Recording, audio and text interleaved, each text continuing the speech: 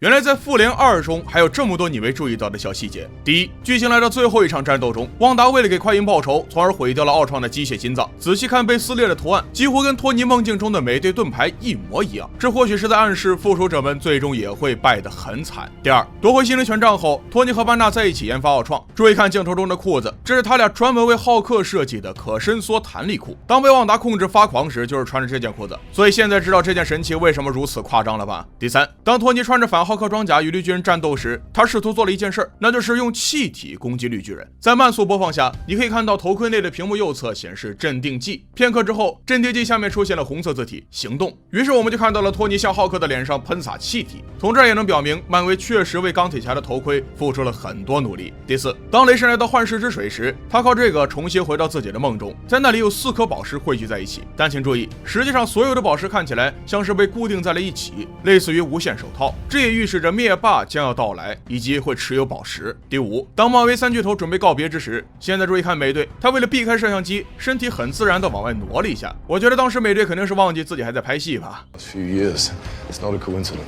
第六，当奥创试图带着车厢逃跑时，黑寡妇设法控制了局面，并把车厢放进了飞机。如果放慢播放速度，你可以看到鹰眼就在向后飞行，而不是向前。要知道，现在的喷气式飞机是不可能向后飞的，所以从某种意义上来说，这属于穿帮镜头。第七，在电影的结尾，当巴顿给黑寡妇发视频消息时，如果你仔细看就能发现，实际上巴顿把刚出生的儿子取名为皮特罗，这一切都是为了纪念他的救世主快银。第八，当托尼穿着反浩克战甲将绿巨人推向大楼之前，我们可以看到他发射了4枚导弹，以便破坏建筑物结构，使其自行倒塌，而不是侧身倒下，这也大大减少了人员伤亡。在慢镜头中，你可以很清楚看到火箭是如何攻击侧面的。第九，在雷神的幻象中，他利用雷电直接将一些人化为了尘土，这预示着索尔的行动将导致宇宙中1半的生命化为尘埃。毕竟他是唯一一个可以阻止灭霸打响指的人，但最终却没有成功。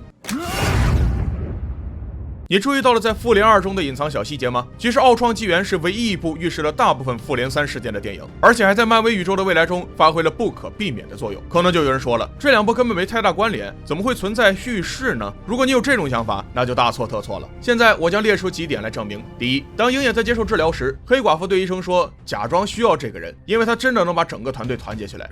Pretending to need this guy really brings the team together. There's no possibility of deterioration. 然而在无限战争和内战中，他们没有假装需要鹰眼，整个团队也没有团结起来。第二，复联2实际上是唯一一部讲述复仇者长期失败的电影。That up there, that's the end game. How are you guys planning on beating that? Together. We'll lose.